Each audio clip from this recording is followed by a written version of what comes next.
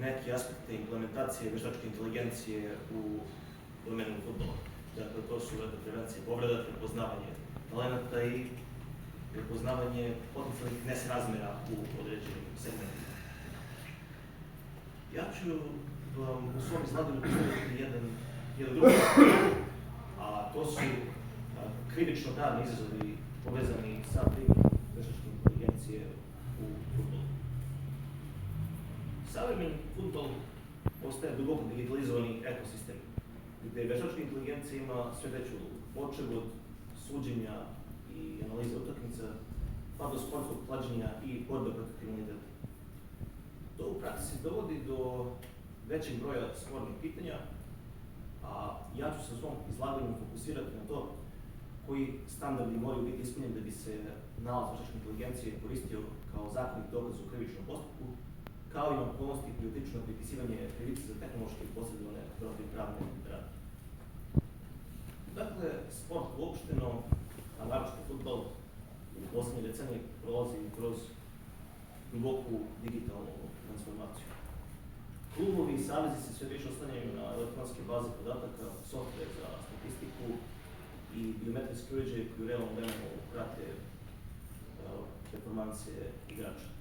Istovremeno, navijači prate utakmice preko više ekrana uz personalizovane komentare i statistike koji su sve češće generisane od strane veštačke inteligencije. A sama veštačka inteligencija ima svoju implementaciju nalazi kroz napredne analitičke platforme i softvere za kompjuterski vid koji prepoznaju obrasce u konkretnim dodavanjima informacijama, na osnovu čega generišu predikcije za trenere i igrača. Ovaj tehnološki zaplet nije neutralan sa stanovišta krivičnog prava. Naprotiv, on otvara pitanja dokaznih standarda i matrice krivične odgovornosti u slučaju manipulacije, prebida ili zloupotrebe ovih sistema, i to su dve istraživačke hipoteze koje sam ja u svom radu analizirao. Najvidljiviji prodor ovih tehnologija u savremenom fudbalu ogleda se kroz goal line tehnologiju, poluautomatizovanu offset tehnologiju i čuveni VAR.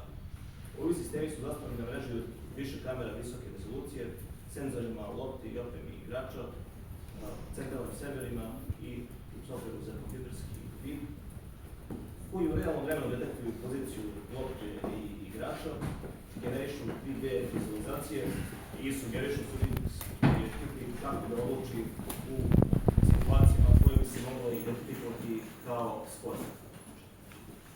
Istovremeno, kao što je gospodin Radojko u svom izlaganju malo pre naveo, javio se i potencijalni problem sa sudijama, kažemo, njihove brojnosti i možda i kvalitetu suđenja bilo čega, pa se to su neke srodnih pitanja, pa se razmatra eventualno implementacija veštačke inteligencije u sam domen suđenja, u smislu da ona donosi odluke. Treba postaviti tako da čovjek donosi odluku za koju je odgovaran, što je po mojom mišljenju opet bi trebalo u ovom slučaju tako i da ostane, ali i on odgovoran za to na koji način čovjek tumačiti te signale koje dobija od savremenih tehnologija. U radu je napravljena jasna distinkcija između klasične automatizovane analitike, kao što je običan video snimak ili pomenuta goal line tehnologija, i naprednih sistema veštačke inteligencije, kao što su moduli mašinskog učenja VAR-a koji uče iz podataka. Sa stanovišta krivičnog prava ova sistema podpadaju pod istu tehničku pravnu infrastrukturu fudbalske utakmice, ali se za veštačku inteligenciju zahtevaju određeni dodatni uslovi. Sad nemam prezentaciju da bih vam pokazao, mislim, što ne radi, ali ću to vam slikovito prikažem, ali ću ići redom. Sad dolazimo do koji su to ti neki standardi koji se dodatno zahtevaju za veštačku inteligenciju. Ja sam u svom radu predstavio neki minimum standarda koji bi bio neophodan da bi se nalaz tog sistema mogao koristiti na zakonit način kao dokaz u krivičnom postupku i podelio sam ih u 3 kategorije. Prva je objašnjenost. Dakle, sudu i strankama mora biti jasno koji su ulazni podaci korišćeni, koji su koraci obrade preduzeti i koji su parametri evaluirani. Drugi standard je ex ante, dakle, prethodna certifikacija i validacija sistema. Pre nego što sistem uopšte pusti u upotrebu, mora biti potvrđena njegova tačnost, preciznost, bezbednost i sigurnost.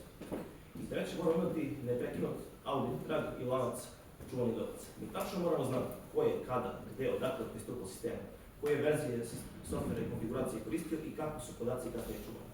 Ako bilo koje od ovih komponenta nedostaje, nalaz veštačke inteligencije ne može imati krivično pravni značaj dokaza o činjenicama koji su predmet dokazivanja u krivičnom postupku, već može imati značaj materijalne indicije ili posrednog dokaza u zavisnosti od prirode i kvaliteta tog defekta. Druga istraživačka hipoteza se ticala matrice krivične odgovornosti, dakle, u slučaju protivpravnih radnji povezanih sa ovim savremenim tehnologijama. Veštačka inteligencija de lege lata ima krivično-pravni položaj stvari, odnosno sofisticiranog autonomnog alata. Krivično pravo je po svojoj prirodi naglašeno antropocentrično. Dakle, u njegovim središtu se nalazi čovjek. I učinilac krivičnog dela može biti pravno ili fizičko lice. Trenutno, iako su još 2017. godine postojale debate o uvođenju statusa elektronske ličnosti, mi ne možemo govoriti o krivici mašine. Također, u vezi s ovim tehnologijama se javlja problem mnogo ruku, takozvani. A ja sam potencijalne procese lica koje mogu krivično odgovarati u ovim slučajima podelio na 3 kategorije. Prvi su označeni kao operateri, oni koji donose odluku na pravilnih prometa, kao što su sudija ili VAR tehničar.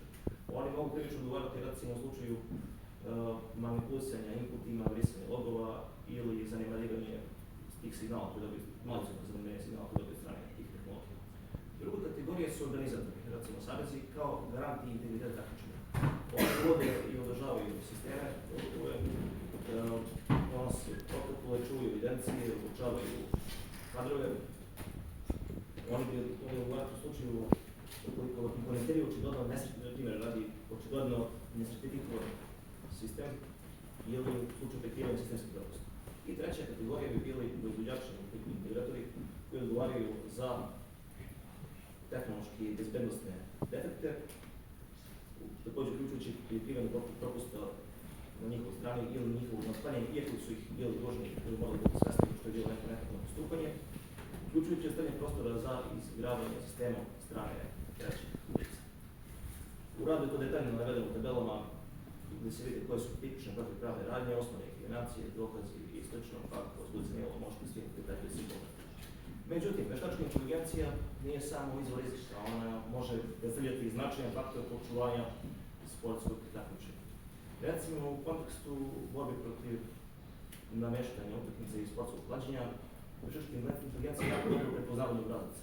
Ona može, sistemi kao što su Universal Fraud Detection System, analiziraju stotine hiljada utakmica godišnje i mogu detektovati anomalije u kvotama i uplatama na osnovu toga generisati svoj neki nalaz i isto kasnije proslediti jedinicama za integritet i nadležnim organima krivičnog gonjenja. Slično je tome su doping u sportu. Ovi sistemi mogu kroz analizu bioloških pasoša i podatka informacija sportista detektovati anomalije u pogledu hormona ili statusa krvnih rezultata, te isto jedan sličan vid izveštaja. Također, koristi se u praćenju finansijskih tokovih transakcija, naduvanih, recimo, transfernih svota i sl. Međutim, ovakvi nalazi su sami po sebi samo jaki indikator, koji pored toga što moraju biti empirijski proverljivi i objašnjivi na sudu, oni neretko moraju biti potkrepljeni drugim materijalnim dokazima da bi se zasnovala odgovarajuća presuda, kao što su nalazi i mišljenja veštaka odgovarajuće struke, zapisi finansijskim transakcijama, iskazi svedoka, mailovi, prepiske, protokoli i sl. Također, u savremenom fudbalu se generiše veliki broj ličnih podataka fudbalera, uključujući biometrijske i zdravstvene, počev od podataka o performansama, medicinskih dosija i rezultata doping testa. Ove kategorije podataka su sa stanovišta Zakona o zaštiti podataka ličnosti i GDPR-a posebno osetljive i njihovo prikupljanje je dozvoljeno samo